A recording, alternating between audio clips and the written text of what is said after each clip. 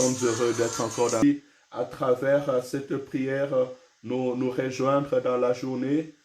Que le Seigneur le bénisse au nom de Jésus. Et je nous encourage toujours, peut-être le Seigneur nous a fait grâce et il nous donne le courage de pouvoir amener, attirer nos frères et sœurs dans la prière, dans sa présence. Partage aussi quand tu es en train de prier, c'est surtout ceux qui sont dans le réseau. Partagez-les aussi sur vos murs, afin que le famille, le frère, le sœur puissent bénéficier de ce temps de prière. Nous sommes dans un temps où nous devons avoir à cœur que nos amis, nos proches puissent prier, chercher la face de Dieu. L'heure est vraiment avancée. Nous allons prendre le temps d'écouter la voix de Dieu. Et cette semaine, nous prions pour l'Église. Nous intercédons pour l'Église et nous prenons les directives selon l'Église de Dieu. Parce que nous voulons être un ensemble et un peuple qui a un modèle. Si nous n'avons pas de modèle, cela n'est pas bon. Même dans notre vie quotidienne, il nous est conseillé d'avoir des références. Quelle est la référence de l'ensemble? Quelle est la référence de l'Église? Dieu avait dit à Moïse, tu construiras le tabernacle dans le modèle que je t'ai montré là-haut. Moïse n'a pas construit quelque chose qu'il ne savait pas le début et la fin. Dieu lui a orienté, Dieu lui a donné tout ce qu'il devait faire et aussi Dieu lui a montré une modèle. Et nous, aujourd'hui, nous sommes les ouvriers de la dernière heure. Si c'est notre génération qui va voir le Seigneur en dernier, mais ce qui est sûr et certain, il y a eu les ouvriers de la première heure. Et nous allons suivre ce modèle parce qu'ils étaient déjà dans les champs et Dieu nous a appelés à nous faire entrer dans ces champs qui est son Église, qui est de gagner les âmes dans ce royaume. Alors nous voulons avoir un modèle. Et dans ce modèle, on nous a montré et que l'Église est le corps de Christ. Parce que l'Église n'est pas un bâtiment. Dieu n'habite pas dans le bâtiment construit par la main d'homme. Mais Dieu a jugé bon que nos corps soient les temples du Saint-Esprit. Voilà pourquoi la parole déclare, ne savez-vous pas que votre corps est le temple du Saint-Esprit? Et en nous disant, nous ne nous appartenons plus nous-mêmes. Sachez-le, tu es l'église de Dieu, tu es le temple de Dieu. Prends soin de l'église de Dieu, prends soin du temple de Dieu. Christ dit que celui qui détruira mon temple, je le détruirai. Alors ne laisse pas le péché, la mort, les soucis t'envahir, le suicide, ne les laisse pas, l'ivrognerie, l'adultère, les débauches, ne les laisse pas, l'envie, les choses de ce monde, ne les laisse pas venir envahir ta vie. Mais plutôt, laisse que le Saint-Esprit de Dieu prenne place dans ton corps, dans ton âme, dans ton esprit, afin qu'il puisse réellement faire de toi un nouveau-né dans le Seigneur. Et hier, nous avons vu aussi que Jésus-Christ est le chef suprême de l'Église. Voilà pourquoi, là où il y a le Saint-Esprit, dans le corps où il y a le Saint-Esprit, dans l'assemblée où il y a le Saint-Esprit, Jésus-Christ est proclamé Seigneur. L'Église doit élever Jésus. L'Église doit glorifier Jésus. L'Église doit être centrée sur Jésus. Le chef suprême d'une église, ce n'est pas le pasteur, ce n'est pas le prophète, ce n'est pas l'archibishop. Mais le chef suprême de l'église, c'est Jésus-Christ. Et nous avons dit aussi que l'église, c'est le corps du Christ, c'est le corps invisible. Je veux dire par là que ma sœur Félicité soit à Moron-le-Bain, que mon frère Chantal soit dans Paris ou dans un lieu quelconque, dans tout lieu où nous sommes, dans tout lieu où le nom de Jésus est invoqué, nous sommes le corps du Christ. Voilà pourquoi au milieu de nous, bien-aimés, la dénomination ne peut pas nous diviser. Tu ne peux pas dire, moi je suis de Bethesda, moi je suis de Jourdain, moi je suis de Cité de Gloire, moi je suis de CPL, moi je suis de Full Gospel, ou bien moi je suis de l'Église baptiste, l'autre va dire, moi je suis catholique, l'autre va dire, moi je suis évangélique. Cela ne vient pas de Dieu. Parce que l'Église du Seigneur ne regarde pas les dénominations, elle ne dégrade pas la religion, mais c'est une Église qui croit en Jésus comme Sauveur et Seigneur et qui est Christ, Christ comme tête. Cela aussi était très important parce qu'aujourd'hui, le diable a mis la division, la séparation entre les frères et sœurs, la déconsidération et une mauvaise évangile est en train de s'annoncer. Pourquoi? Parce que c'est un évangile qui amène la division. Alléluia. Donc cela est très important. Et s'il y a un point que je n'ai pas soulevé et que la Bible nous a dit dans le livre des Actes chapitre 2 verset 47 et que chaque jour le Seigneur amenait à l'église ceux qui étaient sauvés. Donc dans un ensemble local, dans un lieu quelconque, Dieu ramène au sein de l'assemblée ceux qui sont sauvés. C'est là qui nous pousse à dire que l'église est l'ensemble des sauvés. Une église locale est l'ensemble des sauvés. Et hier, nous avons dit quelque chose de très important. Et que tu peux faire partie d'une église locale, mais sans pour autant faire partie du corps de Christ, si tu n'es pas sauvé. Voilà pourquoi l'importance, ce n'est pas d'entrer dans une église locale. L'important, ce n'est pas appartenir ou bien avoir la carte d'un membre d'une église. Mais le plus important, c'est que tu sois sauvé, que tu puisses te repentir, que nous puissions nous repentir, croire en Jésus-Christ, être baptisés pour le salut de nos âmes. Voilà ce qui est le rôle d'un ensemble local, c'est d'appeler les gens à la repentance, qu'ils puissent croire au nom de Jésus, de les amener dans les eaux de baptême et que leur âme soit sauvée. C'est ça le modèle d'une église. C'est ce que nous voulons avoir comme église. Laisse que le Seigneur nous permette tous ensemble que nous faisions un ensemble de sauvés au nom de Jésus. Et ce matin, je viens encourager une personne, un frère et une sœur ce matin. Si tu fais partie d'une église et que tu n'es pas encore né de nouveau, ou tu n'as pas donné totalement ton cœur à Jésus, si tu ne laisses pas Christ guider et conduire ta vie, le temps est favorable. Crois en Jésus de tout ton cœur. Donne à Jésus ta vie, répands-toi de tous les mal et accepte de recevoir le baptême. Il est temps que tu sois sauvé pour la gloire de notre Seigneur Jésus-Christ. Ainsi, tu feras partie du corps de Christ. J'ai donné un petit résumé parce qu'aujourd'hui, nous sommes samedi. Et aujourd'hui, nous allons parler sur l'organisation au sein de l'Église. Bien-aimés, dans tous lieux où il y a le monde, nous avons besoin de l'organisation. Et Dieu a laissé l'organisation au sein de l'Église. Regardez même au milieu des disciples. Les disciples ont marché avec Jésus-Christ. Et Dieu a dit à Pierre de conduire les 12. Parce qu'il y avait les 11, pardon. Parce qu'ils étaient 12, mais à la fin, Judas a trahi et Judas était mort. Donc, ils étaient restés 11.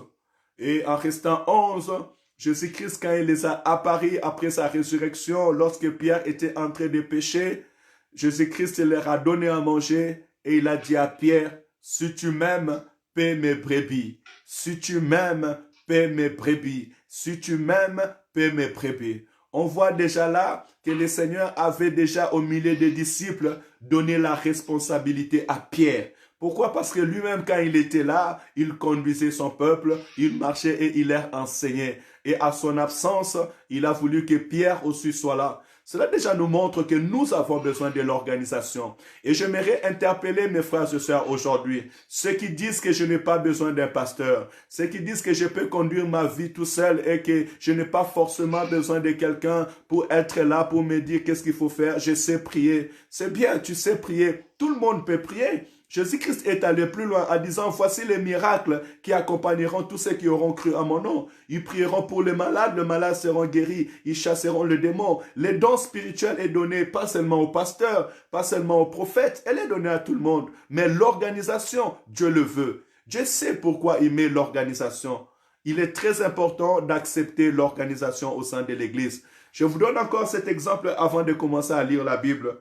Jean-Baptiste disait, moi je vous baptise d'eau, mais celui qui vient après moi, hein, il est même au milieu de vous, celui-là vous baptisera du Saint-Esprit. Je ne suis pas de feu, je ne suis pas digne de délier même les parois de ses souliers. Et lorsque Jésus-Christ s'approchait de lui, Jean-Baptiste s'est crié, voici l'agneau de Dieu qui ôte les péchés du monde. Et quand Christ s'est approché de lui, et Christ voulait se faire baptiser, Jean-Baptiste a dit non, non, non, non, non. Ce n'est pas à toi de te faire baptiser par moi, mais c'est moi qui dois me faire baptiser par toi. Qu'est-ce que Jésus-Christ lui a dit? Il lui a dit, il est bon que nous puissions faire la volonté de Dieu. Il a obéi à ce que Dieu avait voulu. parce que c'était ainsi, Jean-Baptiste devait être en avant et le baptiser. Si Christ lui-même a respecté l'organisation que Dieu a mis, à plus forte raison, toi mon frère et toi ma soeur. Voilà pourquoi aujourd'hui, il y a beaucoup de rebelles.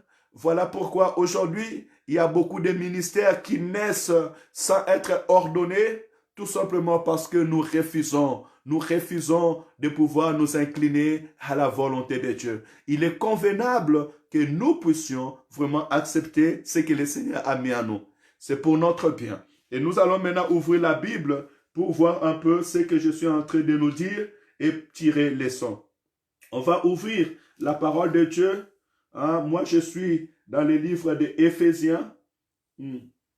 Je suis dans le livre de Éphésiens, chapitre 4. Éphésiens, chapitre 4.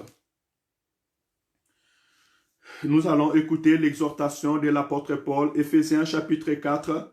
Si nous pouvons ouvrir nos Bibles, j'aime bien que nous soyons comme des chrétiens de Béret, qui non seulement écoutent la parole de Dieu avec empressement, mais aussi, ils examinent l'écriture. Ouvre ta Bible, comme ça tu sauras ce que je te dis, si c'est vrai ou pas.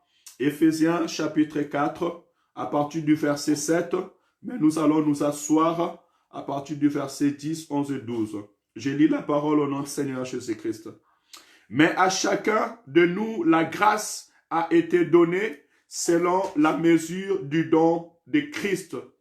C'est pourquoi il est dit, étant monté dans les hauteurs, il a amené des captifs et il a fait des dons aux églises, aux hommes, pardon. Or, verset 9, or, que signifie il est monté, sinon qu'il est aussi descendu dans les régions inférieures de la terre. Celui qui est descendu, c'est le même qui est monté au-dessus de tous les cieux, afin de remplir tout en tous. Verset 11. Et il a donné les uns comme apôtres, les autres comme prophètes, les autres comme évangélistes, les autres comme pasteurs et docteurs. Au verset 12. Pour le perfectionnement des saints en vue de l'œuvre du ministère et d'édification du corps de Christ. Verset 13. Jusqu'à ce que nous soyons tous parvenus à l'unité de la foi et de la connaissance du Fils de Dieu, à l'état d'homme fait à la mesure de la stature parfaite de Christ. Ainsi, nous ne serons plus des enfants flottants et emportés à tout vent de doctrine. Je continue. Par la tromperie des hommes, par leur ruse dans les moyens de séduction. Mais en professant la vérité dans l'amour, nous croîtrons à tout égard en celui qui est le chef, Christ. C'est de lui et grâce à tous les liens de son assistance que tout le corps bien coordonné et formant un solide assemblage tire son croissement selon la force qui convient à chacun de ses tiers et s'édifie lui-même dans l'amour. Parole du Seigneur. Nous venons de voir par l'exhortation et l'enseignement que nous donne l'apôtre des nations, l'apôtre Paul, ce qu'il nous dit et comment il nous édifie au sein de l'Église. Et nous voyons bien au verset 7, premièrement, il dit que le Seigneur nous a fait grâce selon le mesure de chacun. Selon le mesure de chacun, le Seigneur a fait grâce des dons de l'Esprit. Il m'a donné la liberté de prêcher la bonne nouvelle. Il m'a donné ce ministère pastoral. Mais aussi, il y a les uns qui sont des évangélistes. On a comme évangéliste Emmanuel. On a aussi des mamans qui sont là, qui soutiennent l'œuvre des intercesseurs. On a aussi des partenaires. Tout cela, ce sont les dons que Dieu a mis au sein de l'Église. Pourquoi il a mis les dons au sein de l'Église? Afin que nous soyons fortifiés. Mais ce que je viens encore soutenir est très important. Il est écrit à partir du verset 11, là où va s'asseoir notre prédication 11-12. Nous voyons bien que la parole dit qu'il a donné les uns comme les apôtres, les autres comme les prophètes, les autres comme les évangélistes, hein, les autres comme le pasteur, le docteur et autres. C'est très important cela. Dieu, s'il a donné ses dons, il ne l'a pas fait par hasard. J'aimerais vraiment nous encourager à considérer des hommes et des femmes que Dieu a mis au-dessus de nous. Pourquoi? Même un pays a besoin d'un président ou d'un roi. Un pays a besoin des hommes qui les dirigent, qui les ordonnent. C'est très, très important. Considère les hommes que Dieu a mis devant toi. Considère les serviteurs et les servantes que Dieu a mis devant toi et ayez comme référence ceux qui marchent selon la parole de Dieu.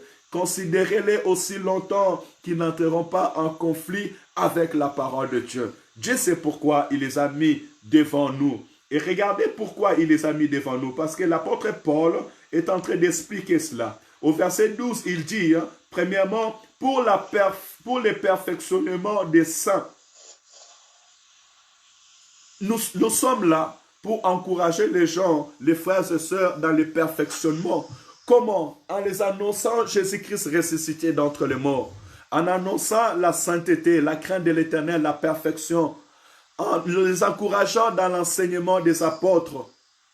Ainsi, par la parole de Dieu, les hommes et les femmes seront parfaits, seront sanctifiés. Nous avons besoin de nous exhorter les uns les autres. Et malheureusement, ce n'est pas à tout le monde que Dieu a donné cette don, cette liberté de comprendre l'Écriture et d'expliquer l'Écriture. Voilà pourquoi nous avons besoin de nous soutenir les uns les autres. Et nous avons besoin, et l'Église a besoin d'avoir à côté d'eux, ou bien tout autour d'eux, de pasteurs pour pouvoir les amener dans la perfection. Et je dirais même, comme l'apôtre Paul parle à Timothée, chapitre 2, verset 3, 16, il dit que toute écriture est inspirée de Dieu, et il est utile pour pouvoir corriger, enseigner, instruire dans la justice, afin que l'homme de Dieu soit apte pour les bonnes œuvres. Donc, et Dieu a exactement établi des hommes dans l'Église pour pouvoir amener les gens dans l'enseignement, dans la correction, dans la conviction, pour que nous puissions devenir aptes pour les bonnes œuvres. Il dit encore plus, il dit, en vue de l'œuvre du ministère et de l'édification du corps de Christ. Le corps de Christ a besoin vraiment que cette œuvre aille de l'avant. L'Assemblée a besoin d'aller de l'avant et que ce corps de Christ soit édifié. Soit édifié. Tu as besoin d'être édifié jour après jour. Nous avons besoin d'être encouragés. Voilà pourquoi le Seigneur met des hommes et des femmes devant nous.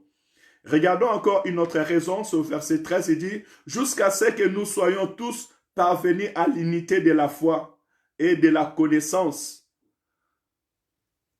Vous savez, dans le domaine de la foi, tout le monde n'a pas le même niveau de la foi ou le même niveau de la foi. On voit même par exemple Abraham et Sarah. Sarah était femme d'Abraham, mais pour ce qui concerne l'attente de la promesse de Dieu, Sarah est partie dire à Abraham, mais voici, je ne peux pas te donner un enfant. Prends ma servante. Parce qu'elle n'avait pas vraiment cette foi, cette persévérance. Et pourtant, Abraham attendait la promesse de Dieu.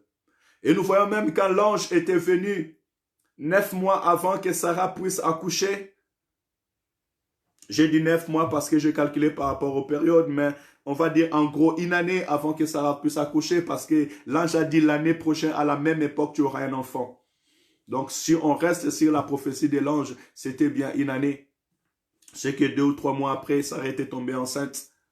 Mais nous voyons, la Bible dit que Sarah a ri. Sarah écoutait la parole comme Abraham écoutait, mais Sarah a ri. Donc elle doutait, elle n'avait pas vraiment cette foi. Mais ici, ça nous enseigne que nous avons besoin des hommes et des serviteurs de Dieu au milieu de nous, des femmes qui sont remplies de l'Esprit de Dieu au milieu de nous, afin que nous puissions tous arriver à l'unité de la foi. Donc aujourd'hui, quand je t'amène même à prier, quand je proclame la parole de Dieu, ma persévérance te donne aussi une persévérance. Aujourd'hui, nous sommes en train de communiquer cette foi, afin que dans la vie de tout un chacun de nous, nous soyons tous unis dans la foi. Il est très important. Et même la parole dit que la prière des hommes fervents a une grande efficacité. La parole nous encourage. Quelqu'un d'entre vous est malade? Quelqu'un d'entre vous a-t-il des problèmes? qu'il vient à l'église, qu'il consulte les anciens, les diacres, les pasteurs, ceux qui sont responsables dans l'église. Ils prieront pour lui en éloignant d'huile. Et la prière des hommes ferventes a beaucoup d'efficacité. Hein, donc, dans le domaine de la foi, nous sommes attirés et nous devons être unis, soutenir les uns les autres. Et surtout, nous devons aussi être accompagnés, l'Église doit être accompagnée des serviteurs et des servantes pour soutenir le peuple de Dieu dans cette unité de la foi. Il dit, et dans la connaissance du Fils de Dieu, à l'état d'homme fait, premièrement, il y a un virgule, et à la connaissance du Fils de Dieu. Donc, non seulement nous devons avoir une foi ferme à travers ces serviteurs-là, mais les serviteurs doivent nous amener à la connaissance du Fils de Dieu. C'est comme ce dimanche, nous prêchons sur la fête du tabernacle. Nous montrons que Jésus-Christ est réellement lui qui devait venir accomplir toutes choses. Les hommes de Dieu sont là. Et mon frère, ma soeur, tu es animé pour servir Dieu. Tu as les ailes pour l'évangile. Mais si tu n'as pas appris, si tu n'as pas été enseigné, ça sera difficile pour faire un bon ministre au ministère. La parole déclare que même lorsque l'apôtre Paul avait croisé Jésus-Christ, l'apôtre Paul devait aller chez Anania. Il a dit qu'on te dira ce que tu dois faire. C'est ce que la réponse de Jésus avait répondu à Paul, à Saul, excusez-moi. Oui, c'est même Paul, Saul, c'est lui-même. Hein, on te dira ce que tu dois faire. On ne s'improvise pas dans le ministère. On ne s'improvise pas de devenir serviteur. On ne s'improvise pas. On doit être équipé. Même dans le domaine de la délivrance et autres, il faut être équipé, il faut s'asseoir, il faut avoir le temps de s'asseoir et d'écouter. Un bon disciple fera aussi des disciples. Un bon élève fera aussi des bons élèves. Dès le départ, acceptons celui que Dieu a mis devant nous. Acceptons celui que Dieu a mis devant nous. Acceptez son serviteur. Pourquoi? Parce qu'il va t'amener dans la connaissance. Vous savez, nous avons besoin de la connaissance afin d'instruire. Si nous n'avons pas la connaissance, nous ne pourrons pas instruire.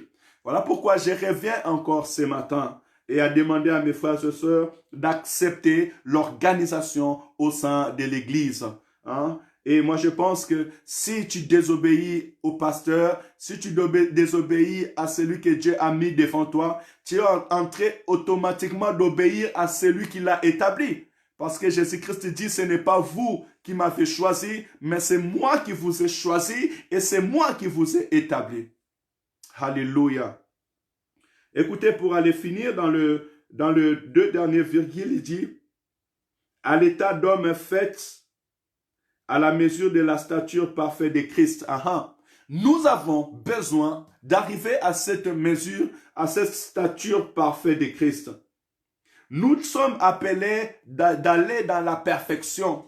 L'Église est là pour amener les frères, les sœurs dans la perfection, dans cette stature parfaite de Christ. C'est pour cela qu'il a établi le frère, serviteur et servante. C'est pour cela qu'il a donné les divers dons. Je vous encouragerai de continuer à lire afin que nous puissions pouvoir prier et avant l'heure de 8 heures, nous puissions arrêter ce matin. Donc, dans tout ce que nous venons de lire, il faut une organisation dans l'Église. L'Église locale a besoin d'une organisation. Des hommes et des femmes que Dieu a établis. Et dans mon cœur, j'ai envie de dire des hommes sérieux. Si aujourd'hui nous avons beaucoup de catastrophes au sein de l'Église, c'est parce que il y a plusieurs aussi qui ont été rebelles. Ils sont sortis de leur maison sans être consacrés, sans être ordonnés. Et ils sont partis bâtir et ils ont fait un ensemble de rebelles. Cela ne glorifie pas Dieu. Des hommes, des femmes qui ont reçu le don de la prophétie, le don des paroles de connaissance, et cela est devenu un ministère. Non, bien-aimés, nous devons faire la différence entre le don et le ministère. Celui que Dieu a donné un ministère, Dieu lui a accordé des âmes à conduire et à garder. Mais dans le ministère, il y a plusieurs dons. Et ces dons se manifestent au sein de l'Église. Il est tout à fait normal que dans une Église, qu'il y ait plusieurs différents ministères qui sont manifestés. C'est très important, bien-aimés. Et je demanderai à mes frères et à ma sœur que nous ne devons pas marcher selon la chair, mais marchons selon l'esprit. Pourquoi je vais dire par là? Celui qui marche selon l'esprit, il accepte le don que Dieu a donné à l'autre. Il n'est pas jaloux. Il ne se ridiculise pas. Il ne commence pas à calculer contre humains. Jésus-Christ n'éteint pas la flamme, mais il laisse cette flamme allumée. Pourquoi nous cherchons à éteindre la flamme? Quand tu vois que quelqu'un est en train de monter, la puissance de l'esprit, les dons est en train d'être proclamés, d'autres cherchent à étouffer, d'autres cherchent à dénigrer pour que cette personne ne puisse pas monter. Mais nous sommes en train d'étouffer l'œuvre de Dieu. Il y a plusieurs personnes qui ont quitté leur assemblée parce qu'ils ne se sentaient pas à l'aise, parce qu'ils voyaient qu'on cherchait à les étouffer et à étouffer ce ministère. Or, au contraire, plus il y a les dons dans l'église, plus il y a les dons. Imaginez-vous que dans une église, il y a le ministère de l'évangélisation, il y a un évangile, il y a un évangéliste, il y a un prophète, en ce moment il y a un pasteur, il y a un enseignant, mais le peuple de Dieu sera nourri, le peuple de Dieu sera fortifié et l'église va avancer. Nous en avons besoin de tous les dons et de tous les ministères. Moi, j'en ai besoin. Et vous ne pouvez pas imaginer combien je suis heureux, combien je suis content quand j'écoute mon frère, quand j'écoute ma sœur nous exhorter. Parce qu'à un moment donné, nous avons besoin aussi de recevoir. Même Christ dit que c'est lui qui donne la nourriture au semeur pour s'aimer dans son champ. À un moment, nous devons accepter de recevoir cette nourriture. Pas seulement qui vient d'en haut et qui tombe directement sur nous, mais cette nourriture qui vient d'en haut et qui est reçue par mon frère et par ma sœur, dont je peux aussi bénéficier de la grâce. Donc, nous parlons ce matin et nous avons parlé de l'organisation de l'Église. Je t'encourage à accepter cela. Ne pas te rebeller, ne pas dire que pourquoi Dieu parle seulement à lui et Dieu ne parle pas à moi. Mais regardez, ça s'est passé aussi, hein? Même avec Moïse, dès le départ, dans notre aîné. Aaron et Marie, hein? Ouais, c'est Marie, ouais, je pense bien, oui. Marie, sœur de Moïse. Si je me trompe, vous pouvez me dire, mais je pense que je ne suis pas trompé. Marie, sœur de Moïse, ils ont cherché à se rebeller contre Moïse, hein, en disant, mais pourquoi lui-même il s'improvise et il fait nous parler et parler de la part de Dieu. Moi aussi, Dieu me parle. Marie, sœur de Moïse, elle était prophétesse. Elle prophétisait. Aaron aussi, il marchait avec Dieu. Aaron a vu des miracles, Dieu a fait à travers lui. Mais lorsqu'ils se sont levés pour venir parler mal contre Moïse, la Bible dit que Dieu les a frappés de lèpre et ils étaient sortis loin hors du camp. C'est pour cela que j'aimerais te dire, mon frère et ma sœur, accepte, même si ce jeune homme est jeune, même si c'est un enfant, le don de Dieu, l'appel de Dieu ne dépend pas de l'âge. Elle ne dépend même pas des tailles, elle ne dépend pas des beautés. Non, non, non, non, non. Ne regardons plus les hommes selon leur physique, mais regardons selon l'esprit. Considérons selon l'esprit. Considérez l'hiérarchie que Dieu a mis. Nous en avons besoin. Aujourd'hui, pour que je sois pasteur, il a fallu aussi que je marche au pied de pasteur John Lukusa. Il a fallu que je marche et je regarde. Pendant au moins 9 ans, j'étais dans une église, Cité de Gloire, qui est sur la ville de Saint-Étienne, et je marchais, je suis les pas. Dans les bons ou comme dans les mauvais, nous avons marché. Nous avons appris. Dans notre faiblesse, nous avons été relevés. Nous avons été enseignés jusqu'à ce que le Seigneur a fait grâce devant notre sœur Félicité et tous ceux qui étaient là sur place. Dieu merci parce qu'il laisse toujours les témoins. Nous avons été ordonnés pasteurs. Cela n'a pas été facile. Nous avons vu plusieurs personnes rester et ne pas attendre leur grâce et partir, aller s'improviser. Mais cela ne donne pas gloire à Dieu. Voilà, je nous encourage vraiment ce matin à avoir cet ordre. Et j'encouragerai aussi aux serviteurs, aux servants de Dieu. Si nous sommes serviteurs, nous ne sommes pas des mercenaires, mais nous sommes de ceux qui doivent montrer Jésus, enseigner Jésus-Christ de Nazareth, amener l'Église à la connaissance de la parole de Dieu, à édifier l'Église et aussi à augmenter la foi. Voilà pourquoi ton enseignement doit être un enseignement qui fait des hommes de foi. La parole déclare, la foi vient de ce qu'on attend et ce qu'on attend vient de la parole de Dieu. Donc, ce que mon frère et ma sœur doivent attendre, doit lui augmenter la foi, lui pousser dans la vie de la foi et aussi lui amener dans la perfection et dans un statut parfait de Christ. Donc la vie de sanctification, le Saint-Esprit de Dieu prend la place, cela sera réellement une bénédiction pour nous.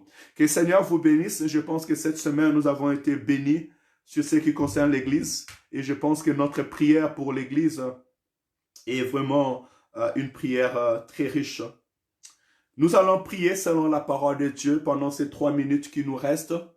Dis à Dieu qu'il puisse soutenir ses serviteurs et ses servantes. Nous allons prier pour tout ce que le Seigneur a mis dans l'Église, dans l'Assemblée et aussi dans le corps du Christ, qu'il puisse le bénir, le soutenir, que l'Église puisse accepter aussi cette hiérarchie. Prions au nom de Jésus. Alléluia. Prions pour les serviteurs et les servantes de Dieu. Tendre Père, merci pour ta parole. Merci Seigneur pour ces moments. Merci Père Saint parce que c'est toi qui établis. Seigneur, je voulais te dire merci pour ton serviteur Emmanuel. Merci Seigneur pour les serviteurs, Seigneur, que tu as établis au sein de ton Église. Seigneur, merci Seigneur pour nos sœurs, Père éternel, que tu as envoyées au milieu de nous, qui nous enseignent et qui nous exhortent. Merci Père éternel, Seigneur, pour Père éternel, Maman Monique. Merci pour Sœur Lily. Merci Père éternel pour Maman Germain. Merci éternel, mon Dieu, mon roi, parce que c'est toi qui établis. Je viens te dire merci pour des hommes et des femmes, Père éternel, qui te servent dans les églises locales, dans la ville de Saint-Étienne. Je viens prier pour Pasteur Chico. Père éternel, je viens prier pour sa femme. Je viens prier pour Pasteur Clément, sa femme. Je viens prier, Père éternel, pour Évangéliste Francis et sa femme. Prier pour Pasteur Carole et sa femme. Prier, Père éternel, Seigneur, pour Saint d'Israël, Papa, toutes les églises, Seigneur, qui sont réunies, Père éternel, Seigneur, dans la ville de Saint-Étienne, Seigneur. Alléluia. Père éternel, bénis tes serviteurs. Fortifie tes serviteurs, Seigneur. Père éternel, laisse que, Seigneur, leur rôle soit vu au sein de l'Église, Seigneur. Je te prie aussi comme tu nous as montré et que tu nous as établi, Seigneur. Enfin, Père éternel, Papa, que nous puissions amener l'Église à avoir la foi, à avoir la connaissance, Seigneur, de Christ, à avoir, Père éternel, cette statut parfait de Christ, accompagner l'Église dans la perfection. Seigneur, aide-nous dans cet sens, aide l'Église dans cet sens, aide tes serviteurs dans cet sens, à amener l'Église, Seigneur, dans un statut parfait de Christ, au nom de Jésus-Christ. Père éternel, Papa, apprends-nous, Seigneur, dans l'enseignement, dans la communication que nous allons donner, apporter au sein de ton Église. La parole déclare quel est ce serviteur fidèle et prudent qui donnera la nourriture au temps convenable. Nous voulons donner la nourriture, Seigneur, au temps convenable. Nous voulons enseigner, Seigneur, ce que tu dis, une bonne nourriture. Donne ta semence, Père éternel, à tes serviteurs pour s'aimer dans ton champ. Donne ta parole, Seigneur, à tes serviteurs pour donner dans ton champ. Au nom de Jésus, nous prions pour l'organisation dans l'Église. Nous prions pour l'acceptation de l'organisation dans l'Église. Seigneur, je prie pour mes frères et sœurs qui ont des dons particuliers. Ceux-ci ont des dons, Père éternel, de la prophétie. D'autres ont des dons, Père éternel, de parler en langue, de parole de la connaissance, les dons de guérison, les dons de miracles, Père éternel, les dons, Père éternel, Seigneur, de faire du bien, les dons, Père éternel, de l'amour. Nous te prions, Seigneur, Père éternel, Seigneur, de bénir l'Église, de soutenir l'Église, que nos dons, Seigneur, soient pour fortifier l'Église, pour édifier l'Église, que nous vivons dans cette unité, au nom de Jésus-Christ. Papa, ne permet pas qu'un don ou un ministère ne puisse, Père éternel, nous pousser dans la rébellion, mais aide-nous, Seigneur, à être, Père éternel, Seigneur, soumis à ta volonté, soumis à ta parole. Je demande la considération au sein de l'Église, la considération au sein, Père éternel, de ton peuple, au sein, Seigneur, de membres de l'Église, la considération auprès des serviteurs et des servantes, et la considération des serviteurs, Seigneur, auprès du corps et des membres de l'Église, dans le nom de Jésus. Papa, j'ai pris pour les partenaires, soutiens les partenaires, envoie les partenaires encore dans ton Église, qui puissent soutenir tes enfants dans cette belle œuvre, dans le nom de Jésus. Dans le nom de Jésus. Alléluia. Gloire à ton nom, Seigneur. Louange à ton nom, Seigneur. Gloire à toi, Père Saint. Alléluia. Nous allons maintenant prier pour la perfection de l'Église. Nous allons prier pour la connaissance. Que le Saint-Esprit nous remplisse de la parole, de la connaissance. Que le Saint-Esprit remplisse son Église à travers ses serviteurs, ses servantes, de cette parole qui amènera son peuple dans la connaissance de Christ. Dans la foi, nous allons dire à Dieu d'augmenter la foi au sein de l'Assemblée, au sein du corps de Christ. Que tous les travaux que le ministère sont là pour œuvrer, nous voulons les vivre. Que le peuple de Dieu soit édifié. À chaque fois que nous allons rassembler, que nous soyons édifiés. Que nos vies soient transformées. Que nous soyons corrigés, enseignés pour la gloire de son Saint-Nom. Que le cœur des hommes soit convaincu afin que nous ayons ce statut parfait de Christ. Prions au nom de Jésus. Alléluia. Seigneur, nous demandons que tu puisses impacter l'Église. Seigneur, nous prions que tu puisses impacter l'Église par ta puissance, par les enseignements, Seigneur, au nom de Jésus. Père éternel, le rôle par lequel tu as envoyé tes serviteurs à faire au sein de l'Église, laisse que cela soit vu de tous, cela soit palpé de tous, au nom de Jésus-Christ. Que l'Église soit édifiée. Que l'Église soit édifiée, Seigneur, par une parole vivante. Père éternel, que l'Église, que le corps de Christ reçoive la connaissance parfaite de Christ par une parole, Père éternel, Seigneur, qui vient de toi, par la puissance de ton Esprit, Seigneur. Nous te prions, Père éternel, que nous recevons un statut parfait de Christ à travers ta parole, à travers ta parole. Oui, Saint d'Israël, aide l'Église à recevoir ce statut parfait, Saint d'Israël, à recevoir, Père Saint, cette perfection. C'est pour le perfectionnement de l'Église que tu as établi, Père éternel, Seigneur, des serviteurs et des servantes. Voilà pourquoi nous te prions que ces rôles soient établis, Saint d'Israël. Père, merci, car tu viens de rappeler ce matin le rôle que tu as donné à ton serviteur. Tu viens de rappeler ce matin à l'Église, Saint d'Israël est l'essentiel. Nous te prions, Père Saint, de nous aider à le mettre en pratique pour la gloire de ton Saint-Nom. Alléluia, gloire à Jésus. Bien-aimés, remercie le Seigneur qui nous a bénis ce matin. Remercie le Seigneur qui a pris l'engagement d'être avec nous tous les jours jusqu'à la fin du temps. Remercie le Seigneur qui ne nous laissera point, qui nous abandonnera point. Parce qu'il dit, même si une femme oubliait les fruits de tes entrailles, moi l'Éternel ton Dieu, je ne te laisserai point et je ne t'abandonnerai point. Alléluia. Seigneur, merci pour la journée, merci pour l'enseignement, merci pour la puissance de ta parole, merci pour la qualité de ta parole, merci car tu nous as assistés encore ce matin. Seigneur, merci car tu nous as instruits. Merci car tu as ramené sur les rails ton Église, tes serviteurs et tes servantes. Merci car tu as redonné la considération dans nos cœurs au nom de Jésus. Merci Seigneur car tu as changé nos pensées, nos paroles et l'objectif Seigneur de nos enseignements. Gloire à ton nom pour la perfection, pour l'unité, pour la foi. Père éternel, gloire à ton nom pour les statuts parfaits. Père éternel, gloire à ton nom pour la connaissance. Merci de nous accompagner dans cette journée. Merci de nous aider à mettre en pratique, Saint d'Israël, ta parole. Gloire à toi parce que tu as suscité encore des hommes et des femmes. Père éternel, merci car tu as répandu encore les dons au milieu de nous. Nous te célébrons, nous te glorifions ce matin. Nous te rendons grâce ce matin. Saint-Esprit, merci car tu m'as accompagné. Merci car tu m'as assisté ce matin. Papa, merci car je n'ai pas parlé seul. Seigneur, merci car je ne suis pas seul. Tu es avec moi, Seigneur, et tu as enseigné ton peuple à travers moi. Merci car tu as utilisé ma bouche pour parler au cœur de ma soeur. Au nom de Jésus, nous avons ainsi prié. Alléluia. Que la bénédiction t'accompagne au nom de Jésus. Que la réussite soit le partage de ta vie au nom de Jésus. Que le succès soit le partage de ta vie au nom de Jésus. Aussi longtemps que tu feras la volonté de Dieu, aussi longtemps tu mettras en pratique la parole de Dieu, que le succès et la réussite t'accompagnent dans tout ce que tu feras. Oui, le bonheur et la grâce nous accompagneront tous les jours de notre vie et nous demeurerons dans la maison de l'Éternel jusqu'à la fin de nos jours. Au nom de Jésus-Christ, nous avons ainsi prié. Amen, amen, amen.